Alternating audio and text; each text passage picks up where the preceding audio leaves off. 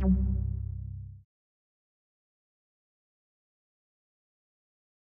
you think of employers, VC is the single biggest employer of VCDXs, and then it's an influx of partners and vendors. So what's the value of VCDX? So for a customer, you get access to design expertise. So if you can't go to somebody high level at VMware, you can work with a partner that has VCDXs.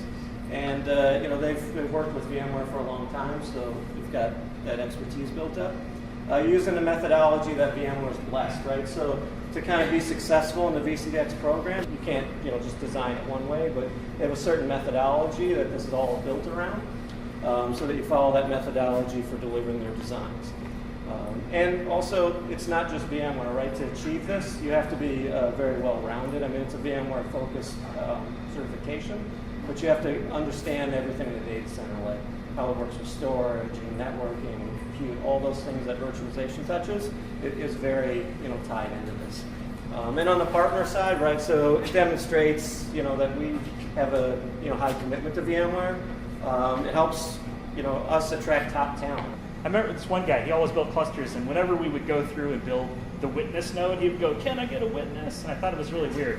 So yes, this is how we actually push out all of the control to the virtualized environment using APIs. Everyone loves those. It's the buzzword of the last 2 years. This is how it looks like in a pure VMware plane, in which you'll notice there's really no physical hardware shown here. We've got the management plane. This is how we tell it what to do, how we tell the network virtualization pieces what to do. Using vCloud Director, using vCloud Automation Center, or we just have vCenter Server with an NSX Manager. It could just be a pure distributed switch kind of play. The middle of the sandwich, kind of like this Oreo here, we're at the cream layer, is the control plane. And this is where we're actually telling things what to do. Switch, I need you to build this VLAN.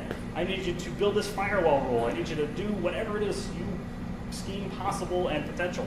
You can have it push out all sorts of changes to the distributed switch to build port groups, so that you can have landing zones for your virtual machines, or it can push to what is today known as the vCloud Networking and Services, the VCNS.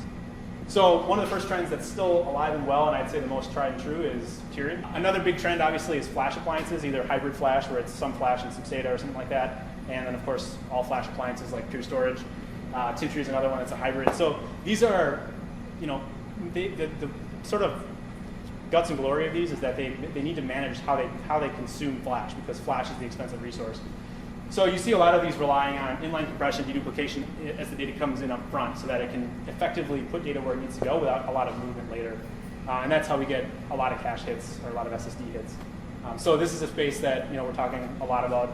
You can get a lot of desktops on a 2 or 3 U box. They're super easy to install because they haven't been around since 1992, right? They've been designed for this. Another big thing is scale out, especially with VMware announcing vSAN. So another thing in Barcelona is that vSAN for View, once it's out of technical preview and a production solution, will also be included in that licensing. So this is basically, as I add more desktops, I need to add more compute and server resources. Why not scale storage the same way? So you put a spinning disk and a flash disk and a server, and every time you add another spinning and flash disk. These are systems that just aggregate that into a logical system.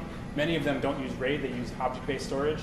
So some examples being vSAN, SimpliVity, Nutanix. These are starting to get a lot more traction, but it's definitely the uncharted western frontier. So look to the blogs.